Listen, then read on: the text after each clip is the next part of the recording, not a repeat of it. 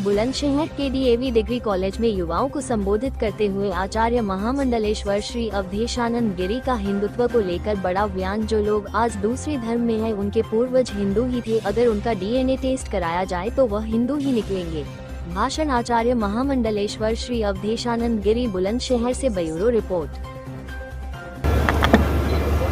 बुलंदशहर एक ऐतिहासिक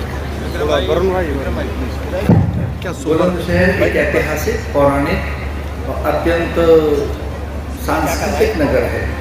यहाँ से अनेक उद्यमता विकसित हुई है।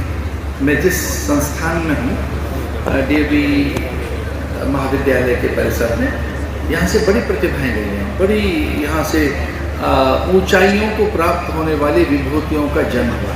तो मैं यहाँ आकर अभिभूत हूँ और आप सबसे ये भी कहना चाहूँगा कि बुलंदशहर जिला आज भी अपनी बुलंदियों के साथ है, आज भी अपनी ऊंचाइयों के साथ है।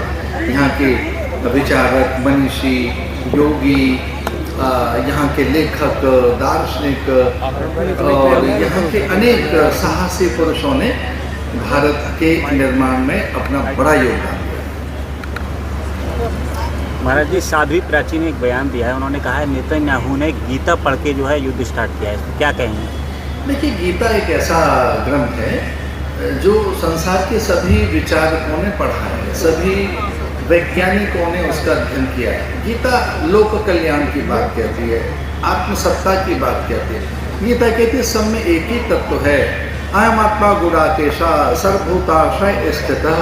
गीता ये कहती है कि सब में एक ही तत्व है। गीता तो बहुत बड़ी बात कहती है, ममैवांशो जीवलोके जीवभूत सनातन।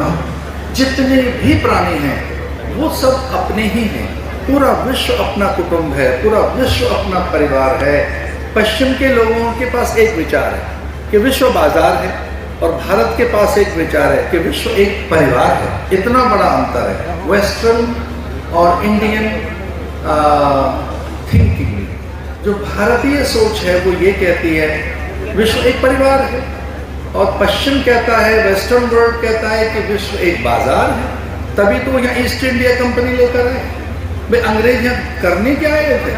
एक बाजार देख कर आए थे यहाँ। और हम कभी गए तो हम पूरे संसार को अपना मानते हैं। सर्वे भवन्तु सुखिनः सर्वे सन्तु निरामया।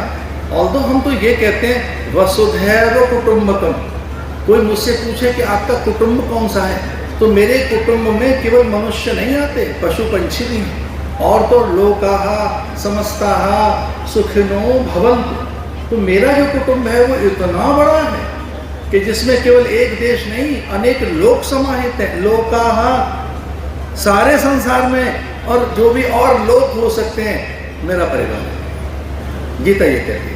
महाराज जी, आपने मंच से कहा था कि सभी जातियों में बटे हुए हैं, लेकिन हम सब हिंदू हैं, हम सब भाई हैं। वही देखा जा रहा है कि बड़े पैमाने पर हिंदू सम्मेलन भी आयोजित किए जा रहे हैं।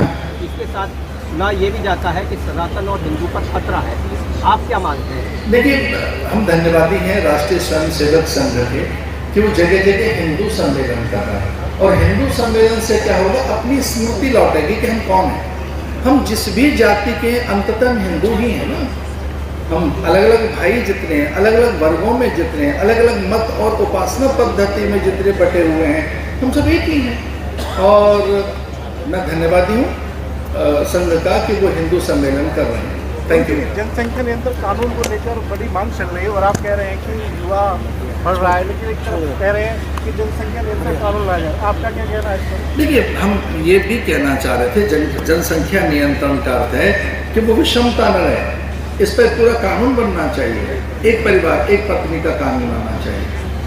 ये इस पर चर्चा चल रही है। गुरु जी, स्वामी अभिभक्तेश्वरानंद धर्म संसद लगा रहे हैं, आपका इस पर क्या विचार है? सबको अपने विचार रखने का अधिकार है, सब स्वतंत्र हैं अपनी बात कहने में। जितनी अभिव्यक्ति का स्वातंत्र इस देश में हम सबको प्राप्त है, अरे कहीं नहीं है। क्या वो हमारे देश के शंकराचार्य हैं, हमें उन्हें शंकराचार्य मानना चाहिए? सुप्रीम कोर्ट ने उनको नहीं माना है। महाराज जी, पहले महाकुंभ में उनको स्नान करने से रोका गया।